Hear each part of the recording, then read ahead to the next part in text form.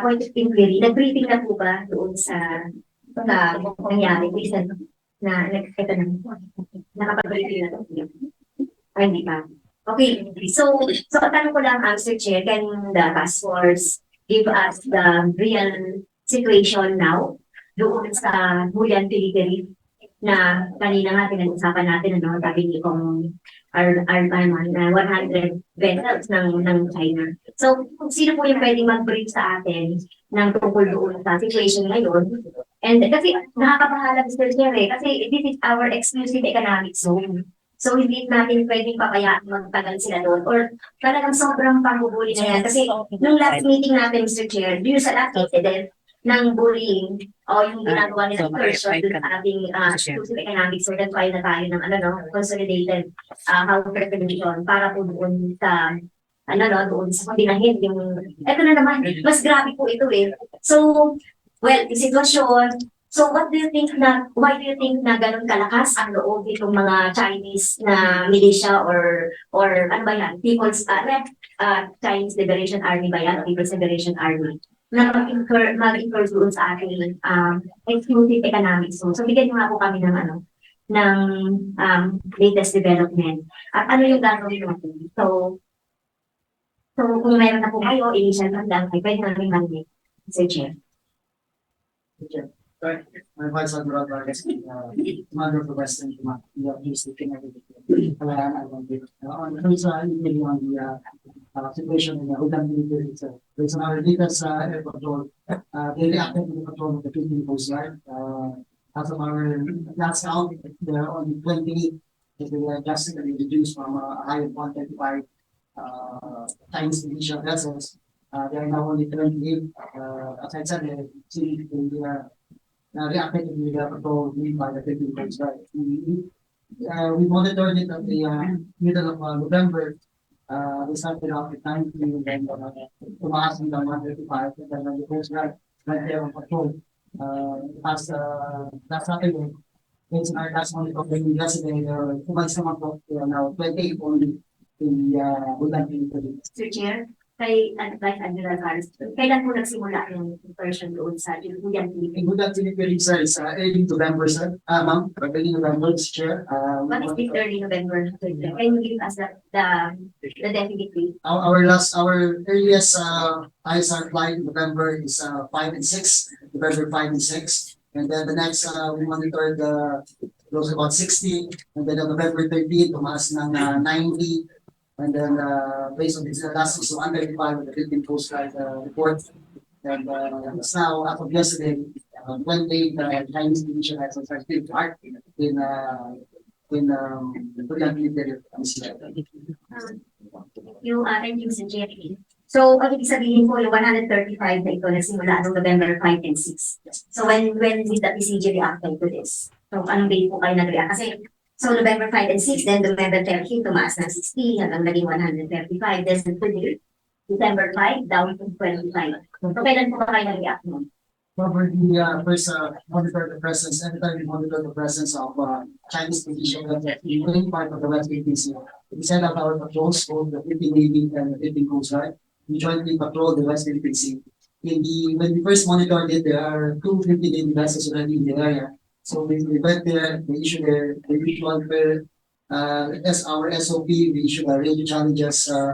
They have monitored their presence, documented their presence. And it was only when the Philippine Coast Guard went there on December 2, I think, December 2, that we noticed that they reacted and they left Ulan Military.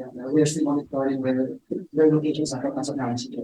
Well, Mr. Chair, I'm interviewing Mr. Chairman. So, 135 noong November 5 and 6, and then you reacted December 2. Don't you think late na yung reaction natin doon? Kasi paano ba natin minomonitor yung ating EEZ? Kasi, ito po, Admiral, Vice Admiral, ano na natin ito eh, pag-aari na natin ito eh, whether magkaroon ng Chinese vessel doon o hindi.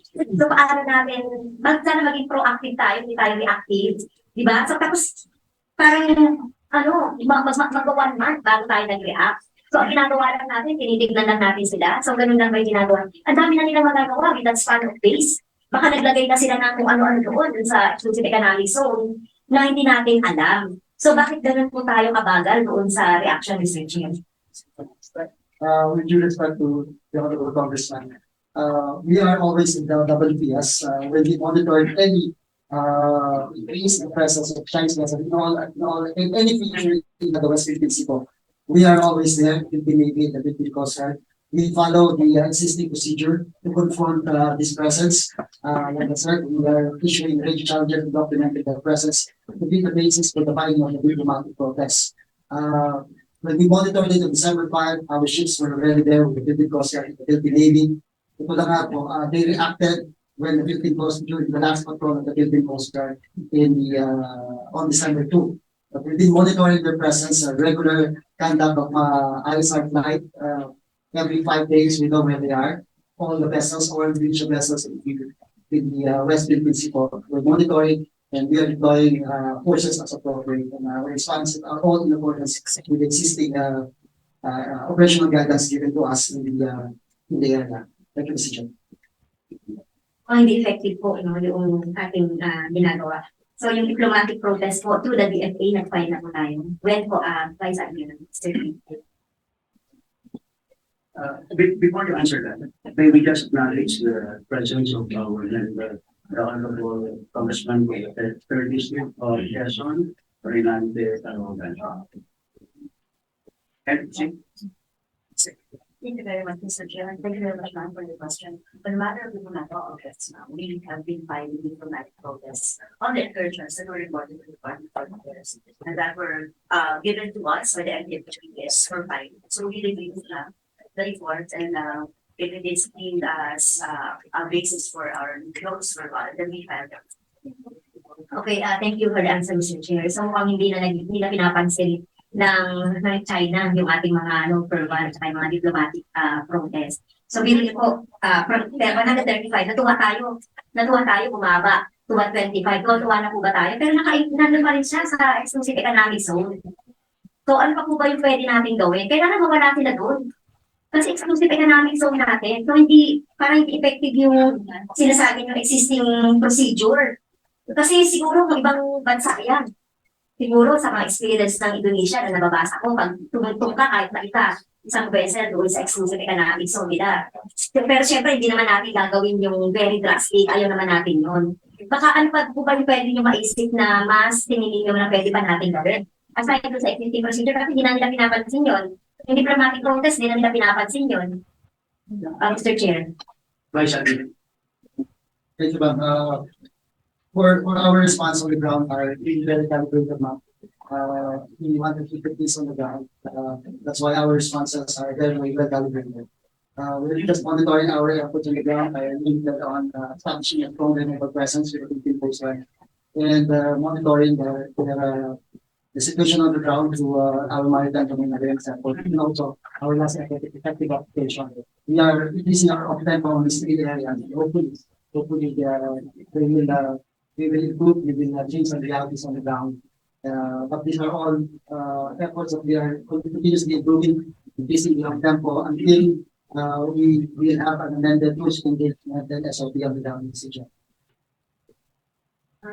Thank you, Mr. Chair. No? So, pero yung tinatawag ito, Mr. Chair, so hindi ko nakasakatanan kung sa ginagawa ng ating kinaukulan doon sa pangyayari dito. Tingin ko dapat mag-heighten tayo ng ano ba yung mga pwede nating panggawin. Kung hindi yung ubra ito, ano pa ba yung mga pwede nating gawin? Kasi kailangan natin pagtanggol yung natin, yung soberanya. Diba? So, isang buwan, sandaan pa yung 25 na yun. So, soberanya ang usapin dito, hindi lang kung ano lang po. So, soberanya natin ito. Territorial. Hindi lang sovereign rights. Soberanya natin ito kasi sa akin po ito. So yung 25 na yan, so kailangan may gawin na tayo para talagang totally maalis yan. Ano po ba mapapangako na or makukumit na concrete na pwedeng magawa, Mr. Chair? I noticed Congressman Tarriela raising his hand. You may respond. Sorry, sir. Thank you, Mr. Chair. With all due respect to the Honorable Congresswoman Castro, I think the Armed Forces of the Philippines and the Philippine Coast Guard understand our patriotic duty in maintaining our presence in the West Philippine Sea. With your first question as to whether the armed forces of the Philippines and the Philippine Coast Guard are not proactive in responding to the presence of the Chinese maritime militia, I would like to emphasize that as what Admiral Carlos mentioned, the armed forces of the Philippines, together with the Philippine Air Force, Philippine Navy, and the Philippine Coast Guard, when we learned that the Chinese maritime militia started swarming in Julian Felipe, we have constantly sent our limited assets, whether it's the Philippine Navy or the Philippine Coast Guard. That's why we were able to document their increasing presence from November until last Saturday of December 2. Now, the second question, whether May cut to them, Commodore Tarriela. Sabi nyo, November 5 to 6, pero nag-react lang kayo ng PCG ng December 3. So, ang daming araw doon, di ba? Nanamuhin kami na eh, November 5 and 6 eh. So, di ba sabi niyo po, sabi hanggang sa bumaba na siya, so 135. So, I don't believe na talagang ginagawa niyo yung katungkulan o sinasabi niyo po na enough yung ginagawa niyo para mapigil natin ito. So, I beg to disagree doon sinasabi niyo. Kasi, kaya nga tinatanong ko, no, kailan niyo na-monitor? November 5 and 6. Tapos, bumaba siya, 15, naging 16, naging 25. December 2 lang kayo po nag-react, yes, ma'am. Mr. Chair. Mr. Chair. Mag-expand lang po ako sa tanong niyo, ma'am. No? Ang Philippine Coast Guard po, November 13, nagpunta doon, and also December 2. Ganito po yan, ma'am. Ang deployment po ng Philippine Coast Guard at ng Armed Forces of the Philippines on a rotational basis. Kung nag-deploy na po si Westcom ng Philippine Navy on November 5 and 6, and then the Philippine Coast Guard will do their patrol on the next following week. And then eventually the Philippine Air Force as well will be sending their aircraft. Hindi lang po Philippine Coast Guard. Again, with the very limited assets that we have, just to emphasize, we only have 3 vessels in Palawan. And if you can just imagine how vast the West Philippine Sea is, we cannot expect that the Philippine Coast Guard will be there 24/7 in Julian Felipe to watch over the swarming of the Chinese maritime militia. And then the second question, ma'am, just to respond to your question, are we effective in doing what we're doing right now? I think so. With the transparency initiative that we have launched since February, wherein we exposed the swarming of Chinese maritime militia, we can notice how they responded. The swarming of Sabina showed before in last April when we publicized it. A few days after they left. When they did the swarming in Iraq War Week, we also publicized it. They also left. Now here in Julian Felipe, are we going to celebrate this already with the 135 down to 28? I think so. And then in the next coming days, we're still going to expect that they're going to withdraw. Okay, Mr. Chair, why not? Sinasabi natin, hindi pa tayo nagsa-celebrate dito. Kahit na isang vessel na nakalagay yung China doon, ano yun, violation dun sa ating soberanya. Hindi tayo natutuwa doon, Mr. Chair, kay Commodore doon sa sinasabi niya. Hindi tayo nagsa-celebrate doon sa kapag 135, naging 25.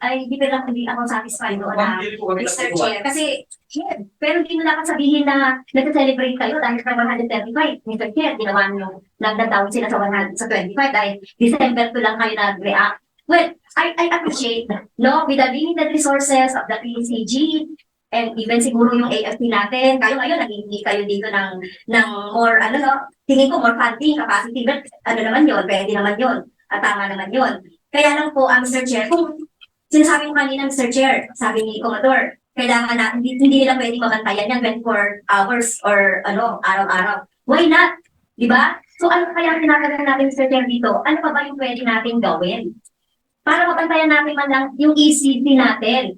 Hindi na yung West Philippine Sea man lang. Ito, yung ECC natin, yun lang po, Mr. Chair, kasi talagang worry talaga ako na tayo ay pinupuli ng China na ganito yung capacity natin. Nakakahiya, di ba? Umani naman ito ng iba't ibang reaksyon mula sa ating mga netizens. Ayon kay Rovek Laraigo, ikaw ang magbantay doon, Castro, para may pakinabang ka naman. Pahayag naman ni Lenget Garcia de la Cruz, pag grandstanding si Franz Castro, feeling nagmamalasakit sa bayan. At ito naman ang saloobin mula sa ating kababayan na si Nel Fox Junal Delegero Bergado. Isama nyo yan sa WPS at iwanan nyo sa Ayungin Shoal. Mga kababayan, feel free to comment below para maglabas ng saloobin sa balitang ito.